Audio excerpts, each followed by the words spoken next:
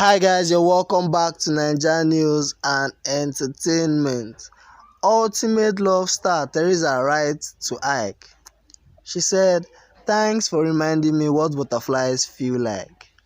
It seems all the criticism have got nothing in Theresa as she confidently flaunts her man Iyke. The two young couples emerged as first runner-up in the Ultimate Love reality show season 1. Theresa had come out to state that iykeresa deserve to be winners, but in a tweet which she has since deleted the post, many have slammed her for still living in Iyke's parents' house as he hasn't proposed to her. Some trolls online suggest Iyke will simply use and dump her. That aside, today she posted a photo of them loving each other. In a post, she thanked him for reminding her of what butterflies in her tummy feels like.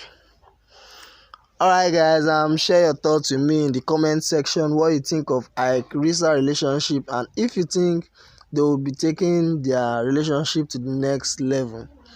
If you're new, don't forget to subscribe and also hit on the bell icon to get new notifications when a story drops.